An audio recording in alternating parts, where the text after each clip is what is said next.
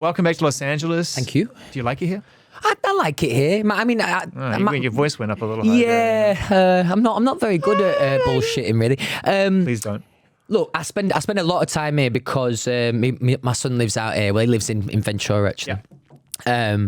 So I've been spending a lot of time here for a while. Yeah. I think it's one of those places you need your clique really. You need your roots. Yeah, I'm only ever really here for Freddie, so it's not somewhere that like is an overly social place for me. It's like this is where I'm full-time dad basically, which How is old is your boy now? 10. Wow, congrats. 10, about to be 10 in 2 days. What's he into? Without putting his biz in the streets, what does he love? Loves surfing. Nothing's come close to surfing. he's in the I've right part tried of to the push him into football a little bit. Gently. Yeah. But he doesn't seem overly bothered about that. Surfing's his thing. We went to Disney yesterday to celebrate his birthday, which was an experience. That was fun. It's been a while since I've been. Experience. Yeah. No shade. There's never any shade at Disney. No shade. But on a hot day, no, but I mean no shade, but also no shade on a hot day. Right? Yeah. On a hot, not to keep it very like modern, not to keep it modern and I like that. Very Gen Z. Yeah. Yeah. But actually, no shade. Like I noticed at Disneyland that on a hot day, it's tough. It is. Yeah, it was very, very hot. I actually felt pretty bad because one of the first rides that we went on, my son. I do encourage him to be brave. I do hope that he is brave. And he was well up for getting on the first roller coaster, and it was one of the Space Mountain, one of the more scary ones. Yeah. So we started there, and I was thinking, well, listen, if he could do this, he'd probably do anything on the park. Which was probably quite naive parenting. And I learned the hard way on that. And honestly, I was absolutely mortified. We went on one of those, do you know those like big dropper ones? Like You Tower of fucking Terror. you just graduated him to the fucking free faller. Yeah. And he was like, at first he was like, yeah, I'm up for it. And then the first time it dropped. Yeah. He did seem a little bit scared, and I had to then try and comfort him while also having my breath taken away, dropping on that. Yeah, that was quite intense, but it was a great day. We don't know what we're doing as parents. We're just making it up. You live doing and our learn, best. don't We're doing you? our best. Exactly. Well, congratulations, man. You built a beautiful life for yourself. Thank you, bro. Thank you. You've got some really great mature foundations now. Being a parent, family, whatnot, and you're still getting to build out this wonderful dream of being an artist and follow through on that thing that grabbed you when you were a kid. How old were you when you realized it wasn't just a passing love of music or something you wanted to absorb? You wanted to be in it. You wanted to participate. Yeah, it was late for me. Probably because I got put in the band when I was 18. I auditioned when I was 18 for the X Factor. So it was probably like 17. I'd just done a school production. It's the first time I'd done anything like that. It was Grease. I feel like, did we speak about that last time? Maybe a little bit, but Maybe. I'm still surprised by the fact that you pulled out a bow and arrow, just decided to take on archery and got a bullseye on the first fucking go. You wanted to become a musician at 17 and joined One Direction at 18. Yeah, that kind of worked out for me. Yeah, where I grew up in Doncaster, we've actually got Youngblood now, who's also from Doncaster, but there wasn't a lot of stories like that, inspiring stories. So it was never really on my radar. I mean, the first time I really took it seriously was going to audition for the show, really. Yeah. So yeah, I did all right. And the rest is history. Yeah. And that brings us to new history, this brand new album, man. It is a leading question. I mean, how did I get here? We did talk about that. We talked about the multiple meanings of what that can mean. What does it mean to you today? It's a statement of awe. I'm not interested in answering the question. The first couple of years, once I'd kind of been doing this job, I think I was probably a bit more interested in answering that question. But after years and years of trying, there is no answer to it. I think it's so out of the ordinary what I do, and especially, as I said, the place that I come from, there's not loads of these stories to kind of look to. Yeah. So I'm just looking around, open arms, like, how the fuck did I get here? How did we get here? Me and my fans, it's yeah. So then it's just basically gratitude, I suppose. That's the feeling that I was thinking about. Yeah, well, the cover, the artwork, I'm assuming that was shot in Costa Rica while you were out there recording? It actually wasn't. Certainly not Doncaster. No, it's certainly not Donny, no. Although it looks as overgrown as some parts might be. To be fair, that was in, I want to say, somewhere in France. Can't remember off the top of my head, but we wanted it to basically look like Costa Rica. I'd already been to Costa Rica at this point, so wanted to have that kind of feel. I think the filter does a bit of heavy lifting as well. It's nice. It's a nice filter. It's a powerful image, man.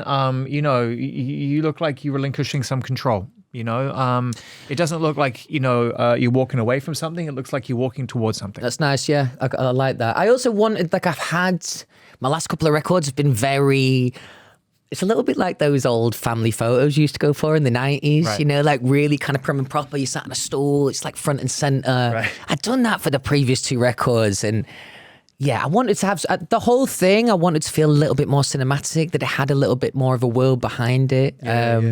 So that's been fun. That's something that I haven't really done before. Try and, you know, just add more and more detail to the music as well, you know. You made a really lovely statement about this record. You honored the music by saying you feel like it's the album that you deserve to make, the album that you've always kind of wanted to get there. You could look at it on a timeline and be like, well, what took you so long? But I think that's a totally fair amount of time, because if you think about it, you made your first album in 2020. You took your time. You really took your time. You know, you gave music and showed people what you were thinking at the time. Here's a song. Here's what my spirit is. Here's what my spirit is. Here's what my spirit is.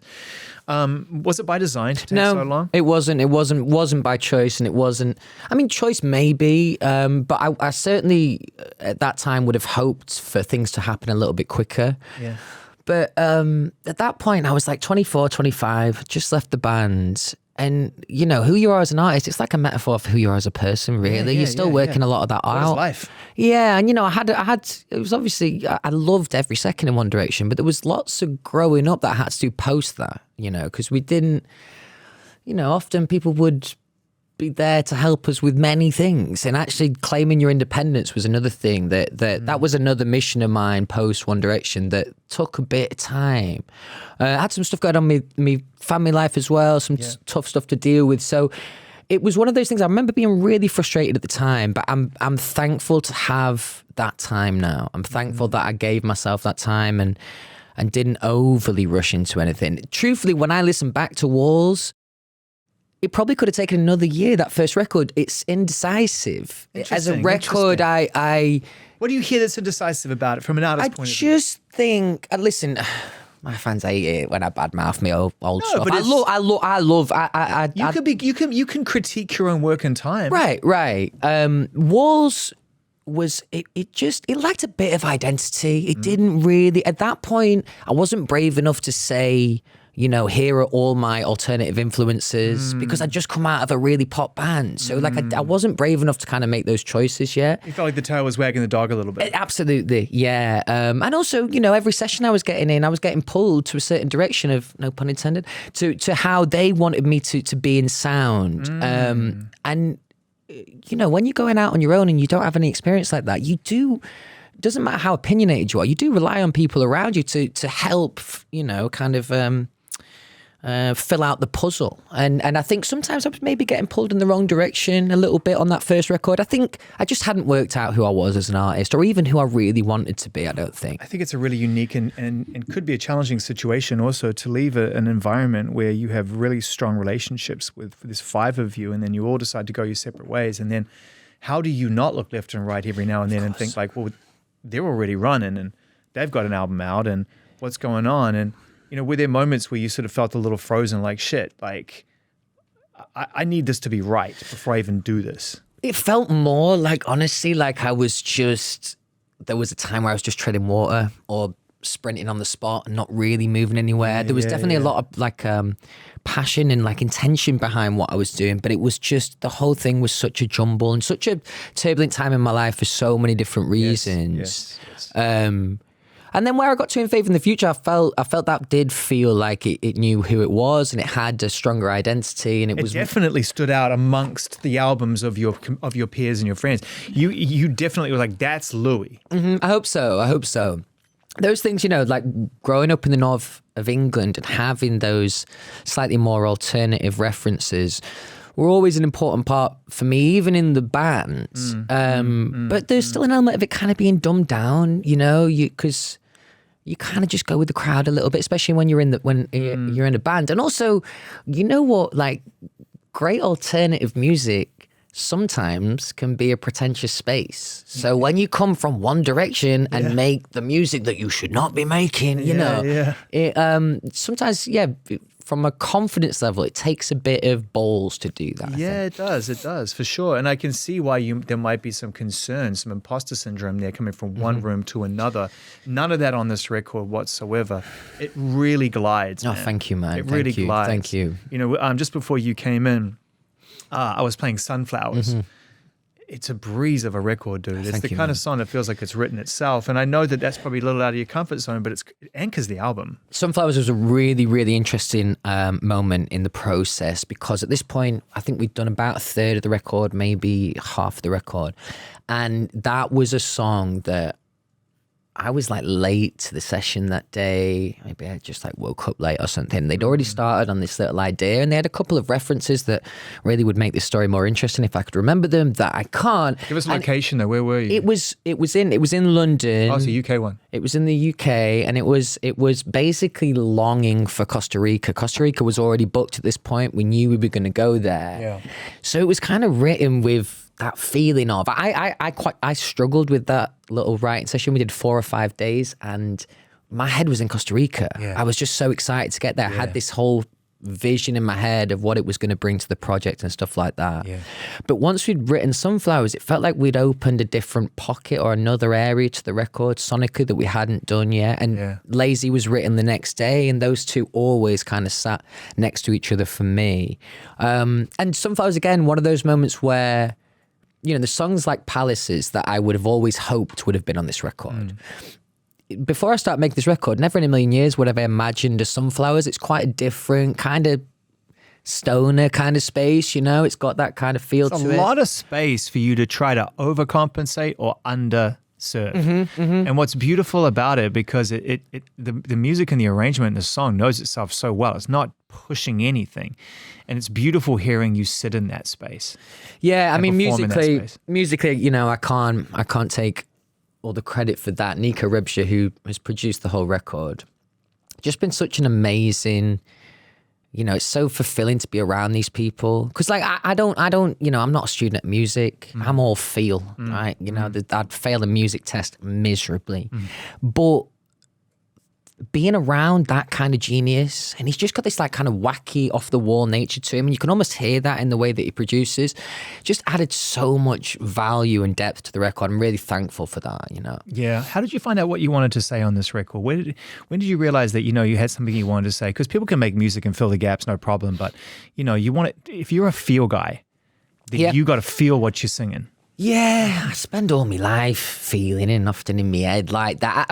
The intention with this record was to be a better reflection of my personality, because in the past, especially the first two records or parts of those first two records, they're quite gloomy and it's quite dark. It's quite emotionally heavy. It's not really how I live my life. You know, like I've had some tough things to deal with, but I'm a glass half full kind of guy. And there's always kind of some kind of positive punchline, even in the darkest time. And I just wanted to, I feel like I'd got the emotional weight on the previous records, but not quite found the light at the end of the tunnel. And that's kind of what this record really was about, because I feel really, really good in myself, personally, professionally.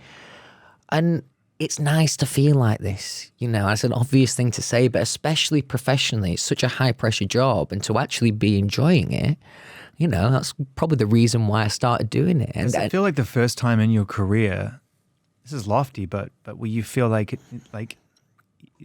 the decision to carry on, to make music, to be an artist is entirely yours? And it's not beholden to how successful you are, whether the fans still love you or whether the industry gives a shit. Does that make sense? No, absolutely. Yeah, it's a astute thing to say, because that definitely was I wanted to kind of claim some of that back, and those feelings and those emotions, and my intention for doing everything. You know, my fans know I'm so, so grateful for them, and I always thank them as often as I can. But yeah, you know, I wanted to try and, that's why I took some time over this record, because often I'm in this pressure cooker of, you know, we've got to deliver the record around this kind of time. It was nice to take the time and to have room to be able to make mistakes and find the edges of the record. That I found that really fulfilling. It's the first time, truthfully, making my own record where I've kind of really enjoyed the process start to finish.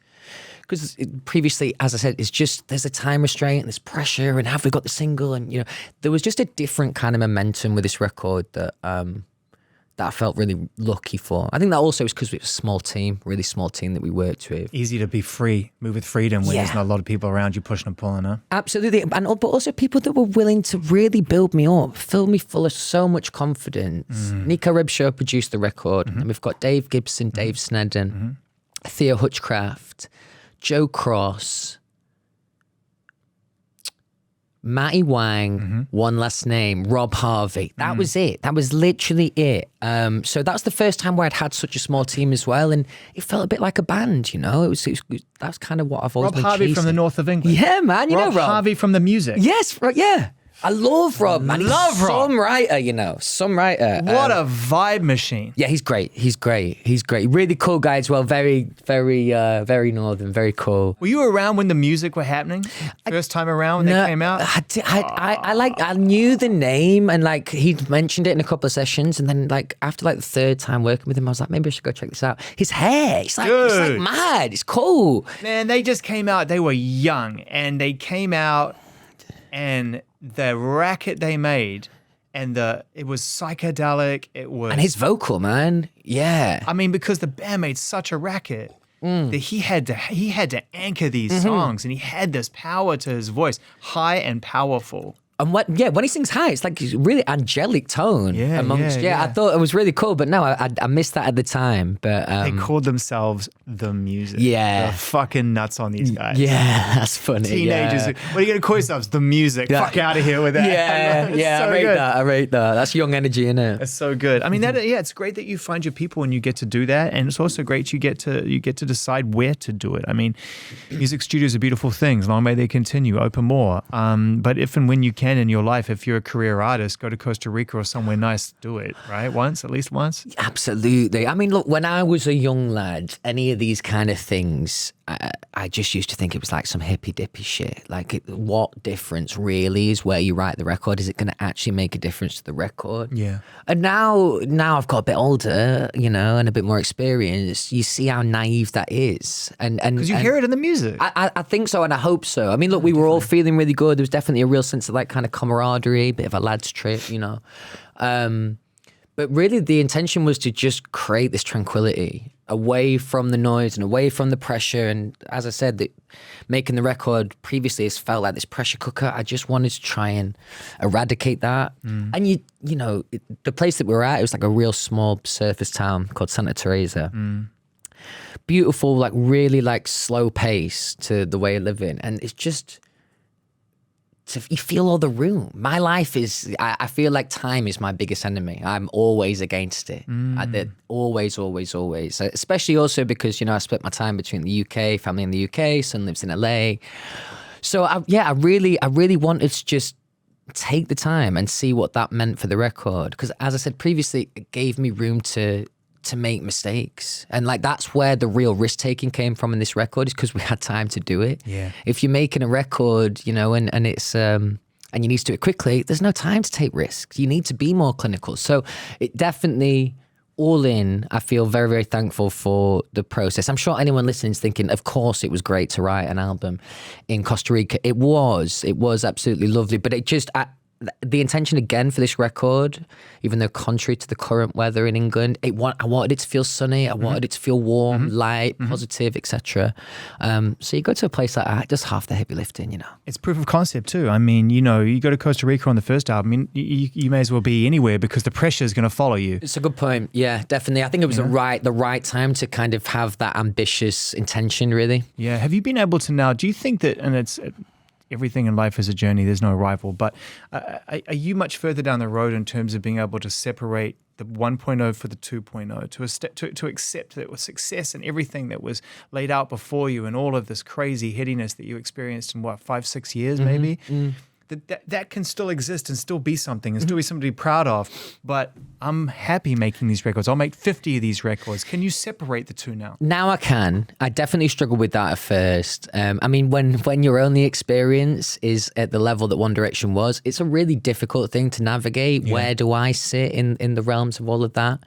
You know, it never came from a place of arrogance or expectation or anything like that. But I would love to say that I have this completely new definition of success. That would be a lie.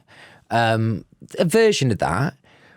But truthfully, you know, like when the record time, when it charts and stuff, like of course I'll be looking at that. It's like human nature, I think, to look at those kind of things. But that will be a fleeting moment, you know? So the album will do what it does. And then I'll go and tour and I'll feel that's really like the proof is in the pudding. That's the moment for me, tour. Yeah. So I'd be lying if I said I wasn't gonna, I didn't want it to be a commercial success. Of course I do. Those things are just less important to me now. And it will be a fleeting moment. It'll be a thing of, either great or not so great, move on, go on tour, forget about it, and that's my happy place on tour. Where it charts is a bit more of an ego thing, truthfully, like that's the truth. But the touring, that just feels really authentic, really real, really legit in an industry that sometimes doesn't feel like that. I love tour for that reason. Yeah. Well, it's the closest you're going to get to seeing how people are responding to your truth. Absolutely, yeah. And you write from a truthful place. Yeah, I'm not really very good any other way, really. People often ask me, I'm often quite vulnerable with my lyrics. It's kind of how I am as a person, to be honest. I wear my heart on my sleeve. I don't struggle talking about my feelings. And I realise, my mum used to call it a superpower, being able to talk about your feelings. And I agree with that. And I like to try and use that in my songwriting, especially as a man. I think it's important, those things, You've lived an extraordinary life on so many different levels. You've reached very high highs and achieved things that most people never dream of. And then, of course, you've seen the other side too. You've lost people around you that you love. We all do. It's a fact of life. Yeah. Grief is a part of the human experience. What have you learned about grief, having come face to face with it in a very real way? Just how individual it is. As you said, I've had a couple of different experiences now, family and friends. And you naively think that the experience that you previously garnered from the grief that you'd had in the past, it's not relevant. Each thing feels so devastating. You think in the back of your mind, well, I've been through this a couple of times now, maybe it will soften the blow. It absolutely doesn't. It's different feelings and different emotions. But I just, whenever I'm talking about grief, I feel very, very, very lucky that I was brought up in the way that I was, that I do see the glass half full. It doesn't take much, mental kind of procrastination for me to see the glass half full. That's how I do it instinctively. So that's what's helped me through the grief, really, is just forcing myself to always stay positive. But also there's always been, especially in my family, there's been quite a lot of responsibility on my shoulders. I'm the oldest. And that helped, definitely. Responsibility definitely has helped me tenfold. How does being responsible at a young age become something that you can be proud of being when so many people probably find themselves later in life sort of ruining that kind of... There are other people who have to go through that experience and don't necessarily ask for it, yet the way you describe it, you feel comfortable and happy that was the case. It's all I've ever known. Like, as I said, I'm the oldest. Yeah. And like even Lottie, who's the second oldest, she's still, I think, 7 years younger than me. So there was always quite a big gap. I was always older brother. My mum used to work nights on occasion, so I'd have to get the kids ready for school and take them to school and all that kind of stuff. So I definitely had a bit of a crash course in a little bit more responsibility than, say, your average 15, 16, 17-year-old. Yeah. But it's that's who I am. That's where I get me comfort. That's that's my true purpose outside of music, is hopefully to be someone you can, rely on emotionally. You like to take care of people. I do, yeah, I do. Which is ironic, because I'm so bad with my phone. I'm real bad in I struggle with it. The phone is often the enemy for me. It can often be stress and work, etc. But contrary to that, being in person and having really kind of emotive and constructive conversations, I enjoy that. I get a lot of benefit from that. What's important to you about the people that you let into your life? What are the key... How old are you now, Louis, if I ask? 34. Okay, no, that's good. I was hesitant answering that, yeah. You look great. Thank you, mate. You've got some road under your feet. And you've made friends and lost friends and kept friends and let friends go, and that's just life. What's important to you, do you think, as you mature? What are you looking for in people that are keepers? It's kind of always been the same for me. Authenticity. Like I'd like to listen. Everyone says that they're good at this, but I like to think I'm quite good at smelling a rat. I just like authenticity, and actually, sometimes and just honesty. I find it really refreshing. And it's something that I definitely strive to do more and more. That is like a daily struggle, to be as honest as you possibly can every single day. How do you do that and not hurt people's feelings? I like, maybe I over-explain a little bit. I like to think that I have enough time to kind of soften the blow a little bit. But don't get me wrong, I'm also the kind of person that will occasionally get myself into a thing where I'm like, I don't need to be that honest. I've made my life a little bit more difficult there, you know? But for the most part, it makes life a little bit easier, I suppose. I was so sad to hear about your friend. The world was. It's a tragedy. And I never really got a chance to spend time with him like this. But he seemed like a real human, like a real one. Lovely, man. Like a real one. Yeah, like a real one. I hope doesn't come across like this is like in no way derogatory and only endearing, but he was a puppy dog, man. Yeah. Just like the sweetest, most lovely guy like that. Did you get a chance to write about him on this record? Does he make it into music? Listen, when something like that happens in your life, it's really difficult to write anything else. I remember this the first time that I experienced grief. How can you write a love song when you're feeling the feelings that you're feeling? It feels so unimportant to everything that's going around in your head. So yeah, there are definitely moments where I've written about him kind of directly, and then other moments that are a bit more subconscious. But it's also not something I want to over-explain, because like the song, look, I mean, it won't be too hard for people to join the dots, but you know, those kind of songs. There's a song. There's definitely a song.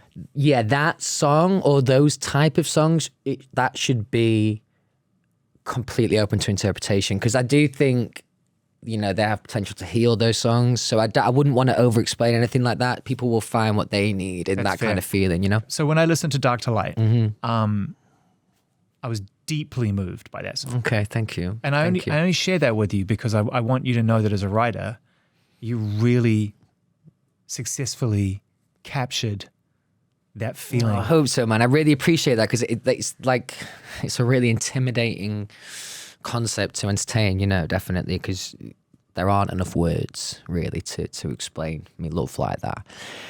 But it certainly makes me feel. It certainly is one of the songs on the record that pretty much every time I hear it, there'll be a moment where I get goosebumps and drift off in my head and have a little think about it. It'll probably be a challenging one to do live, but it is still one that I want to do live. I can imagine listening to that song, that there was moments when you were writing that or listening back to that, knowing that it had taken life of its own and it existed and was going to exist. That was an emotional moment. Yeah, absolutely. Again, that feels like a very authentic snapshot to my love. Love, man. God, it's a risk, isn't it? We got to take it every single time, but it is a real. It's one of the big risks in life. Yeah, it wouldn't mean anything if it wasn't, though, would it? It Wouldn't mean anything if it wasn't. So let's talk a little bit about how that word has changed for you, because again, you've experienced it in so many different ways. You have the love as a parent, which is unbreakable and above all else. It's crazy how that just becomes something for me. As it's like, whoa. And then you have the love of people that you've never even met before, that don't really know who you truly are. How does that sort of shape the concept of love when you're a kid, and then the whole world is screaming how much they love you, and you're like, wait a minute, do I know? It sort of speaks to what you did in the first few years of taking your time. Like, what does the word love and what do I love, right? I've always looked at the fans as like one person. I think that psychologically is easier for me to digest. That's brilliant. Can I say, I've never heard anyone put it that way before, and I love that. It's personal. The whole relationship feels personal, and that's why it feels like a specific person. It feels like one of my best mates, someone that's always here for me when I need them. Look, it's kind of like a two-pronged thing where like, you know, I appreciate that maybe if I wasn't in that band, I might not quite get as much love, you know? That's just the nature of what it is. But at the same time, even though it kind of lives in that whole world, it still feels utterly authentic between both of us. And that's really beautiful. And that's why I love the live moments. That's why I love those live spaces, because they feel why I need them. There are moments where, like, I've had some, I wouldn't quite call them car crash, but I've had some bad shows where like I've been struggling vocally. And I walk off stage feeling like some kind of like Olympian. I've got these people on site tenfold. And maybe when I'm not even singing that great. And maybe that's why they're giving me that extra energy at that time. There's just this real protective nature over each of us, I think. And also something that I think doesn't get spoke about enough, these people are so passionate at what they do. I, for a while now, and haven't quite found the right way to integrate it properly into my world, but more fans should work in music, man. Like that is like Yes. Oh, I always wanted one of them. That's a fucking bar right there. I always wanted one of them. I mean, look, like these people live and breathe these projects. It's so important to them, and you know, like at least my feeling with the fans, this is like a mutual endeavor. We're doing this together. I wouldn't be able to do any of this without them, you know.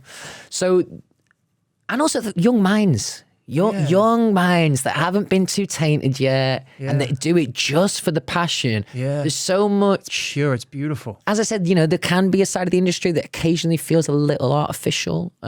Just a little. Yeah, just a tiny bit. And those things, I think, at least for me, that whole concept of having more fans in music. I've got a couple of people that work with me like loosely, but I'm trying to find more ways to integrate them like that because. You know, it's like so this album. Yeah. I know for a fact, like when I next go into wherever it might be, I'm trying to think. Like it may be even the record label. Like they shower people with gifts. Yeah. They're sending gifts to radio. They're sending gifts to me record label. They're sending gifts to press. Literally buttering them up so I look good. It's like the innovation.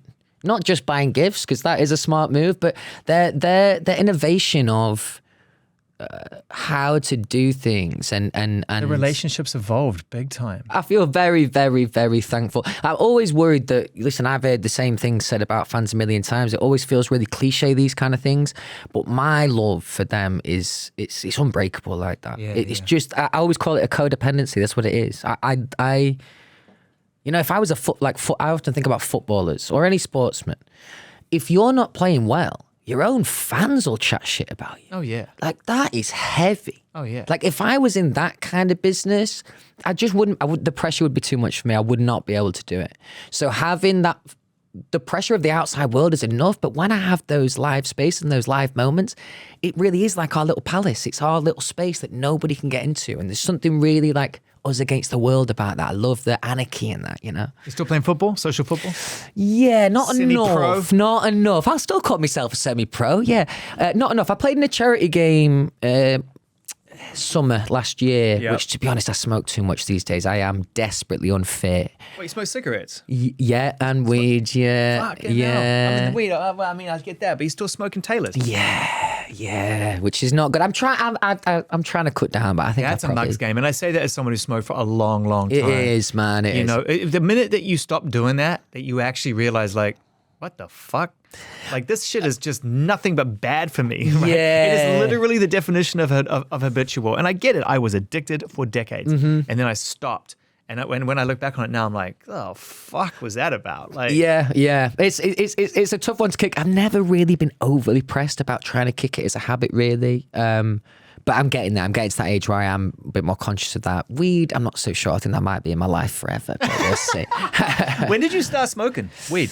I started smoking weed first. I actually used to despise cigarettes. I despised them. I was the kind of guy that would like nick it out of my friend's mouth and throw it on the floor. If someone did that to me now, I'd fucking headbutt them, man. I'd be fuming. Yeah. But then I think I was around 18 or 19. No, I was about 19. I think I've been in the band about a year. I'd smoked a little bit at school, but just the odd doobie. All right, I gotta dive in on this, right? Let's just zero in on this for a second, okay? Great. Because weed is like whatever, like it's not whatever. Obviously, people think it's a gateway drug, but out here in LA, it's legal. Yep. So you are going, even a year into the band, you are going from one crazy fucking nutty situation to another. And there's thousands of people everywhere you go. And you're like, you know what's going to help me? Weed.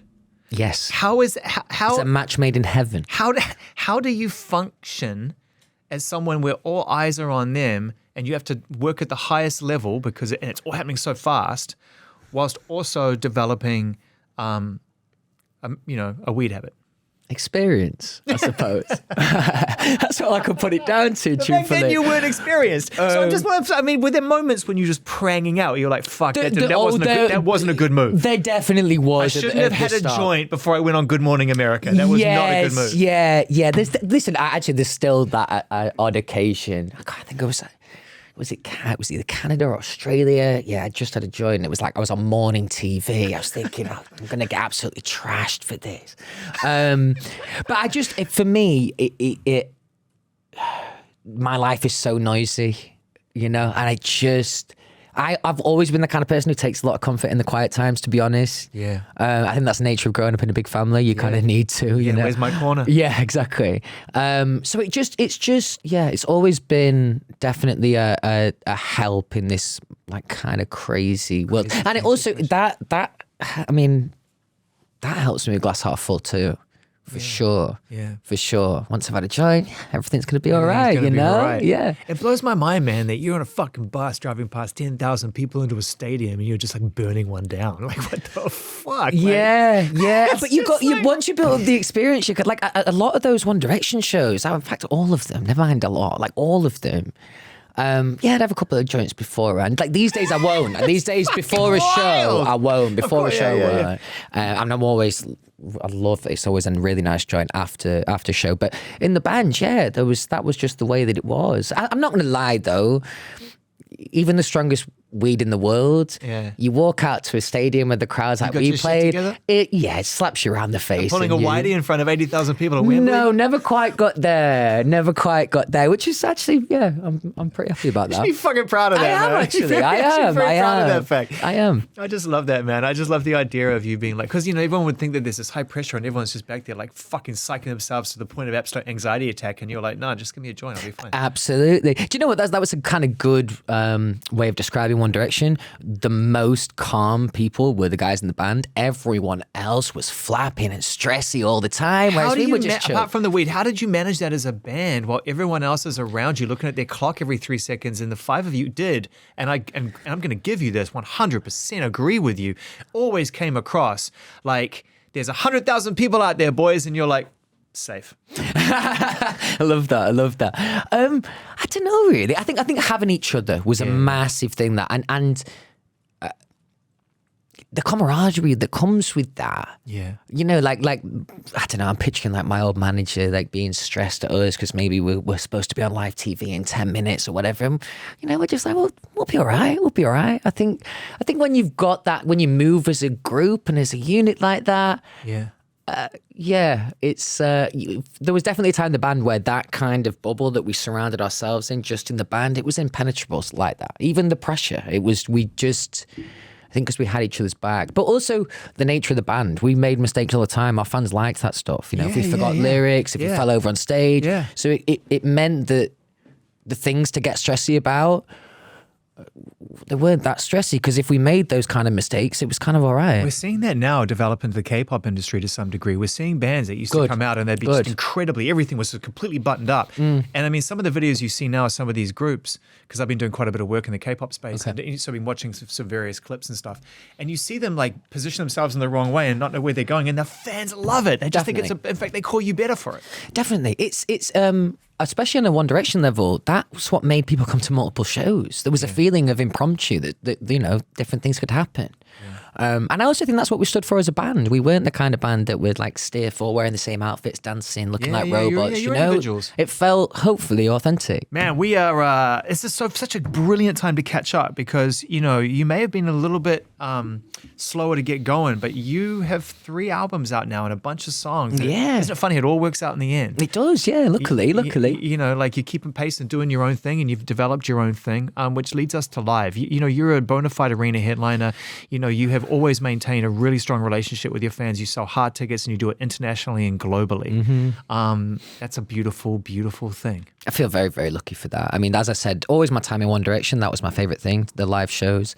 But you don't know how that's going to look for me on my own, and especially on a global level, So I feel very, very thankful to be able to tour at the level that I do. And it's now nice to know that I can, before going out on that first tour, I was just crossing my fingers and hoping for the best. Like, I've never done this before, man. This sounds utterly intimidating. But the last album felt like a proof of concept to you. Like, what? Absolutely. That's also what really influenced this record, to be honest, is the confidence that I built up through that. It meant that there was no, like, of course, there's still the occasional bit of self-doubt or procrastination or whatever, but there was very little room for that. Night after night, you're feeling this experience and you feel this energy off people, it's really difficult to keep saying, well, maybe I can't do this, Eventually you go, well, it certainly looks like I can. No, this is definitely not a I can't do this album.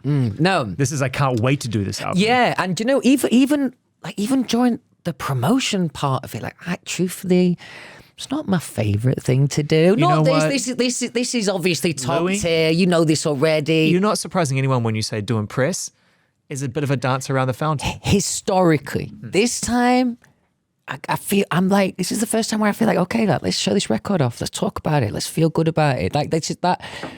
There was an element of ticking the box in the past of doing the promo. I knew I needed to do it. Well, also you were put through a fucking like a blender of promo for 5 years. I mean, you guys did. I felt like it was like show album promo. Yeah. Oh, absolutely. Yeah, it was nonstop like that. But it was like, it was such a runaway train. What else are you going to do? You got to keep moving with it. Yeah. But yeah, this time around, it feels good to show it off. It feels good to be in these spaces, talk about it, and actually mean it when I say I'm really, really proud of this record, There's so many great songs on here, mate. Palaces, as we already know, is beautiful. Do you have a particular favorite on the record that you're listening to right now that you keep coming back to? Palaces is definitely up there. I love that song. That was if I was left to my own devices and stopped thinking that you need light and shade in a record, I just put 12 Palaces on the record. That's my kind of song. Isn't there a future where that exists? I mean, isn't that the beauty to be able to think like, okay, I can come back to that, but it'd be nice to sit in that space for a bit. Yes. However, it was something I entertained for this record, and I feel like I could have made that record. But what I didn't want it to do, I wanted this whole thing to feel ambitious and not getting too preoccupied with this whole, identity thing. I didn't want it to be Faith in the Future 2.0. That was not, that wasn't very exciting to me. And even though I also think that that's what my fans probably thought they were going to get. You're going to go further down that route. Which I may well tap back into that. And there's moments like Palaces that definitely kind of allude to that. But what I was most interested in with this record was I have only ever really painted with 2 or 3 different colors. Let's see what happens if I have the full color palette, this was something really, really fulfilling about that idea. It's a really big modern pop record. Thank you, man. It's your version of pop, I guess, the way you always wanted to do it. Yeah, absolutely. And I think it was so, it's cliche, right? You leave a pop band and you try and be as alternative as you possibly can. But unfortunately, I played into that cliche, or at least meant in my head that I was, I had such a mission of proving who I was, all the while just kind of denying how I got where I got, and the idea of like something really centrally pop was like terrifying to me. I thought that idea, especially when you've come from a band like One Direction, you don't want to get put back in that box. I'm immensely proud of One Direction, it goes without saying, but it was very pop, or at least the first 3 records in particular. So yeah, this record was about being brave and leaning into those things that in the past I might have felt, well, is that cool enough? Does that say enough about me as an artist, It's one of those things that and remove the whole obvious observation that like people who want to be cool never be, all that blah, blah, blah. We all get our head on it. But you're right. The point is like, what the story you've told me already today is, this is what I like. This is what I became. Now, how do I take the 2 things and make sense of both of them? Really well put. Yeah, absolutely. And that's where, when I look back at this record, and I just did a full listen down before I came here, it made me feel really good. That's what makes me really proud, is that it feels like somehow I connected the dots. And there was definitely a time where I didn't think that those 2 things could work together. I felt like it had to be either or, which I know is naive, but I think when you're in the center of it and it's all this is going on in your head, it's like with a magnifying glass, this intensifies. But songs like Imposter, a good example, really pop melody. Yep. But it's got an edge to it, It's got a kind of eeriness, a spookiness to it. It's all still there, mate. Yeah, Faith is all still there. Yeah, absolutely. And that's what makes me feel really good. I've definitely got more melodic kind of feel on this record, and that's kind of going back to the statement that I said before. That's the record that I always deserve, is having enough melody on there and having stop trying to prove a point and just paint, you I know? love that you use the word deserve as well, because it's like it puts some self-worth in there. Like That's a new thing for me too, to be honest. Yeah. I had to kind of get there in my head. how'd you do that? Tour. I don't really know, but I can't think of any other thing that's been even 1% as powerful as that. As I said, it's just undeniable. Like, look, you only really, obviously, occasionally you look further back, but most of the show lives in the first 6 rows, you know? And when you're looking at what it means to people, you know, I used to struggle to say things like, when you look at the importance of this show to someone, like, because it sounds arrogant, it sounds a bit shitty, you know? But I was in those spaces and I watched their reaction, and I knew how important it was to me. It was important. It was important for both of us to share that time and to share those moments. How many incredible music memories have we got as a fan? Of course we would deem them important. And my thing is music, you know, if you love something, it loves you back. Absolutely, man. Absolutely. I love that. Definitely feels like the relationship I've got with my fans for sure. Yeah, so those, you know, that feeling and seeing the genuine importance and feeling my own importance within those kind of ideas, it just left me no room but to, like, and now I feel in a place where I'm worthy and I'm happy to say that those things, you know. Whereas there was the longest time where I wasn't really, it was just such a tough question to answer in my head. Am I worthy for this? You know, do I deserve this? Truthfully, you know, that's where imposter came from. It's obviously a playful take on it, but I've always kind of suffered from imposter syndrome. And how do you not, when you grow up in a place like Doncaster that doesn't have, you know, many heroes to aspire to, you didn't really do music too much as a kid. You went and auditioned for a talent show, and then you get put in a band as big as One Direction. How could I possibly not have imposter syndrome? Yeah. Because it's so out of the ordinary. And there are hundreds of thousands, millions of incredible singers out there that never make it. Yeah. So how could I put my feet up and go, do you know what? Yeah, I definitely do deserve all this. So I think there is this, like, I think it comes from a little place of guilt maybe as well, you know. That place? Yeah, I think so. But yeah, I definitely feel worthy. I'm definitely feeling really, really comfortable. But I'm also not underestimating how out of the ordinary it is. Well, you just want to work for it now. Exactly that. Like when it's given to you and you spend 5 years chasing it around the world, you're just working to keep your head above water. But now it's like, I actually want to promote my record. I actually want to work for this life. Yeah, absolutely. And you're right on time, actually, as a fan, but also as somebody, as a human being, because you got a 10-year-old who's looking to you now as we go full circle in this conversation, who's like, okay, is he gonna wake up when he's 16 and go, Dad is really famous, I'm not quite sure why. Or Dad's really famous because he works really fucking hard, he loves it and he cares. The latter, hopefully. Right? Yeah. Yeah, the older he gets, the more he kind of becomes a little bit more aware of that, which I wish I could shield him more from it, but there is an inevitable kind of nature to that, you know. Yeah, but when he sees the mechanics of work, he can see it's the right machine working. That's a really good point. Yeah, hopefully. And he definitely sees my passion and love for it, for sure. So yeah, hopefully that'll teach him a good little life lesson. This is a good time in your life. Yeah, really. Well, and also, you know, going back to me saying this is the record I always deserve to make or whatever, this is also the right time for all of this. It feels like the stars are aligning for me. My confidence is good. I feel good post-tour. Sonically, I feel like this record's got more depth than we've ever had in the past. It feels like everything I've been working really, really hard to get to. And there was definitely times where I wondered, would there be light at the end of the tunnel? I see it now. And that's a really beautiful kind of relief. Thanks for coming in, bro. Thanks for having me, man. I really enjoyed this. It was a good chat. We'll do it again? Yeah, definitely. All right, man.